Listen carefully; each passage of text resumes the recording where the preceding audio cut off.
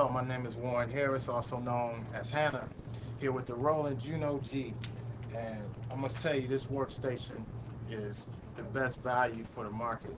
It's actually much like the Phantom for half the price, okay? What's unique, while the Phantom has 24 tracks of recording, this has 20 tracks of recording, 16 MIDI, 4 audio tracks, okay? There's about 800 sounds in this keyboard. Um, Easy to use, okay? You can hit patterns, or not necessarily patterns, the categories. How do you find sounds? We have labels, big buttons here, piano categories, okay?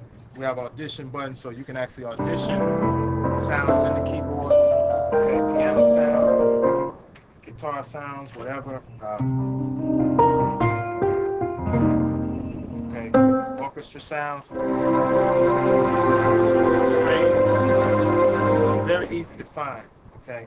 So that's the patch mode. So finding patches is no more a thing of mystery, or where you have to memorize, and turn the dial and kind of learn your keyboard like that. It's labeled for you. What's nice is the sequencer, like I said, has the 20 tracks.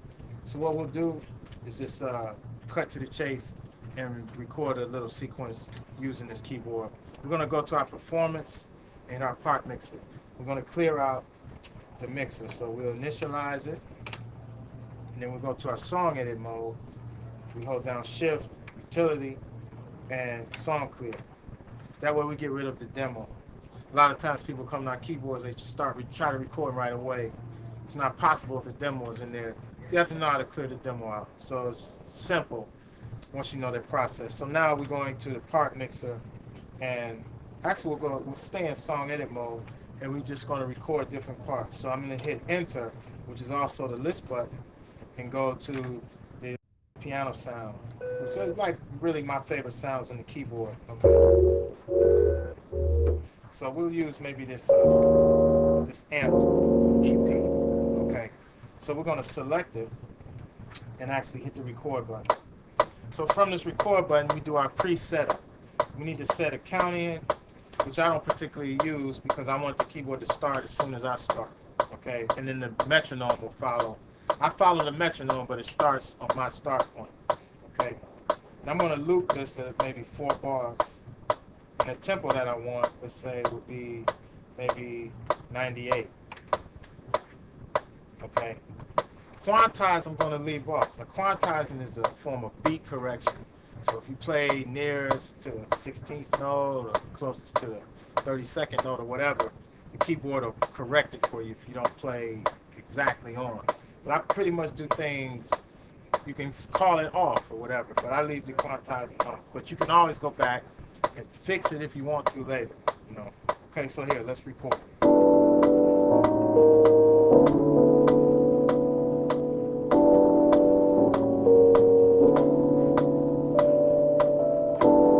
Okay, so that's our 4 bars, all right? But, for example, you can also just undo, okay? There's an undo button. You hit it once, all right? Then there's nothing there. So if you can, or you can actually just record, take one note at a time that you don't want. So let's record again. So I just undid what I did. Let's do something else. All right, here we go.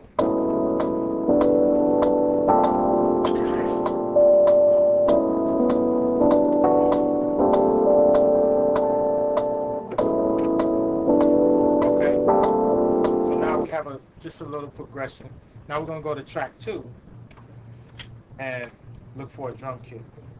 I'm just going to pick, like, say, this hip-hop kit one. All right, so let's select it. Rewind, and let's play.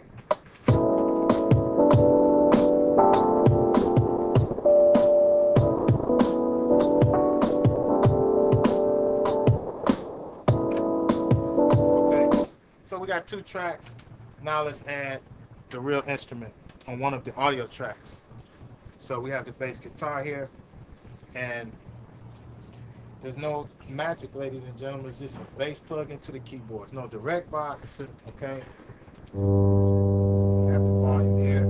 In the back of the keyboard, there's an input level that that I can turn down enough here. So don't be fooled if you don't hear anything right away. You have to turn this little knob here. Also have volume here, okay? The audio in volume. So now I have a nice volume, but I want to add, let's say, some compression on the bass. So I actually can hold shift, move this fader, and we'll go to the insert effect type and use a compressor. All right. So the bass without the compressor, and the bass with the compressor. So it's a little bit more forward sounding. All right. So now we're ready to record. So we rewind the record button, and we're gonna do a 1 bar count here, and then we'll be ready.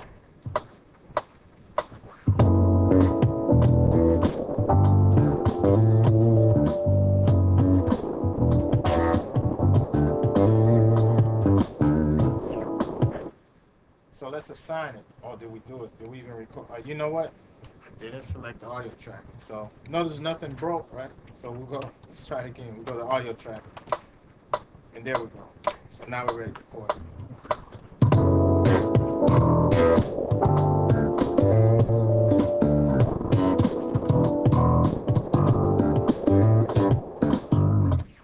Okay, so now we can assign that part.